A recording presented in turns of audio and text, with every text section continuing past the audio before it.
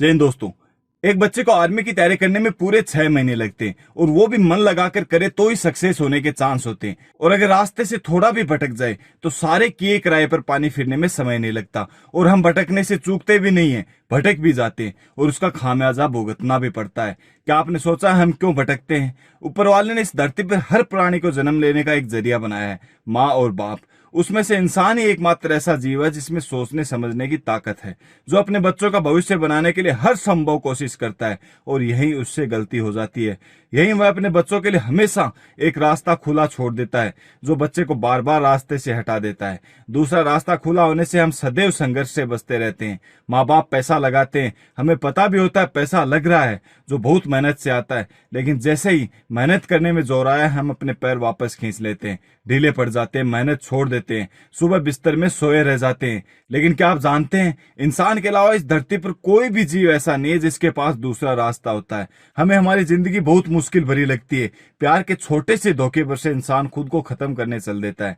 लेकिन इस धरती पर हर जीव को एक वक्त के खाने के लिए अपनी जान तक दांव पर लगानी पड़ती है, क्योंकि उसके पास कोई दूसरा रास्ता नहीं होता। ये नहीं किया तो वो कर लेंगे, ऐसा कोई ऑप्शन नहीं होता उनके पास। यह करना है तो यह करना ही है, इसके अलावा कोई उपाय नहीं है। अगर थोड़ा सा भी ध्यान चूक गया तो जान गई, थोड़ा सा भी लक्ष्य से भटक गए तो जान गई। और अगर यही सिस्टम इंसान के साथ होता तो वह भी कभी रास्ते से नहीं भटकता। आप जब भी आर्मी की तैयारी करने निकलो तो कभी दूसरा ऑप्शन खुला रख के मत निकलना। अगर खुला रखोगे तो मैं गारंटी देता हूं कभी सक्सेस नहीं हो पाओगे। तो चलिए आज आपको एक ऐसे ही जीव की कहानी सुनाता हूं। अगर पूरी सुन ली और दिमाग में बिठा ली तो कभी जिंदगी में रुकने की नहीं सोचोगे। तो वीडियो को पूरा देखना। मेरा नाम है आनंद। आज मैं आपको एक बाज की कहानी सुनाता हूँ। बाज का जीवन 70 साल होता है, जिसमें वह हमेशा अपना शिकार खुद मार कर खाता है। लेकिन 40 साल बाद उसकी चोंच आगे से मुड़ने लग जाती है, जिससे उसे शिकार को खाने में और मारने में दिक्कत होने लग जाती है। उसके पंख भारी हो जाते हैं जो पूरी तरह खुल नहीं पाते, उसकी उड़ान सीमित हो जाती है और पंजे लचीले हो जाते हैं जो शिकार को दबोच नहीं पाते। तो उसके सामने 3 रास्ते होते हैं। पहला तो वह अपने जीवन लीला को समाप्त कर सकता है, दूसरा वह मरे हुए जीवों को खाना शुरू कर दे और तीसरा बहुत ही असहनीय दर्द को सहकर फिर से एक नई शुरुआत करे। तो वह हमेशा तीसरा रास्ता चुनता है, जिसमें 150 दिनों की असहनीय दर्द की प्रक्रिया चलती है। एक पहाड़ पर घोंसला बनाता है, वहां सबसे पहले अपनी चोंच तोड़ता है, जिसमें इतनी पीड़ा होती है जो शायद साधारण मौत में भी न हो। फिर जब वह नई आ जाती है तो उसी चोंच से अपने बूढ़े पंजों को फाड़ता है। फिर जब वो पंजे नहीं आते हैं तो चोंच से अपने पंखों को जड़ से निकालता है, जिससे पूरा शरीर लहूलुहान हो जाता है। और जब वो पंख नए आ जाते हैं तब वह फिर से उड़ान भरता है और अपनी बाकी की जिंदगी शान से जीता है।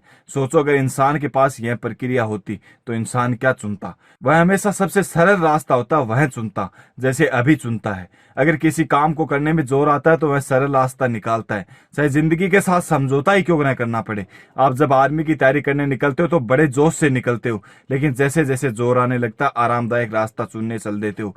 माता पिता को बेवकूफ बनाना शुरू कर देते हो, बहाने बनाना शुरू कर देते हो।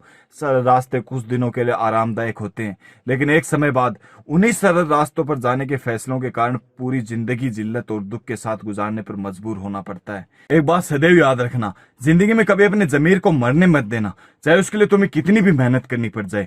गांव का कोई लड़का जब फौजी बन जाए तो उसके मुंह की तरफ पार्टी के लिए देखना न पड़े, या उसके साथ चलो तो इस तरीके से न चलना पड़े कि जहां तुम्हें उसके सहायक के रूप में देखा जाए और उसे इज्जतदार और जिम्मेदार समझा जाए। यह बातें छोटी छोटी हैं, लेकिन जिस दिन चुभना शुरू हो जाएंगी तुम कामयाबी की तरफ कदम रखना शुरू कर दोगे। लोग हमेशा एक राय देते हैं, किसी की कामयाबी को देखकर जलो मत। मैं कहता हूं जलो। अगर साथ वाला या गांव का बच्चा आर्मी ज्वाइन करता है, अगर तुम्हें जलन नहीं हुई, बुरा नहीं लगा, तो तुम्हारा जमीर मर चुका है, तुम कामयाब नहीं हो सकोगी। उसे जिंदा रखो, आग जलाओ अपने सीने में और तेल डालते रहो उसमें। वह जलन तेल का काम करती है, धधकने दो उसे। किसी का बुरा मत सोचो, लेकिन जलो जरूर, और वह जलन रास्ता नहीं भटकने देगी तुम्हें। तो आज के लिए बस इतना ही। वीडियो अच्छा लगे तो लाइक करना, शेयर करना, सब्सक्राइब करना। और हाँ, कोचिंग के रजिस्ट्रेशन शुरू हो चुके हैं, फॉर्म भर के आप अप्लाई कर सकते हैं। खुलने पर आपको इन्फॉर्म कर दिया जाएगा और भर्तियों के नोटिफिकेशन के लिए इंस्टाग्राम पर फॉलो करें। जय हिंद, जय भारत।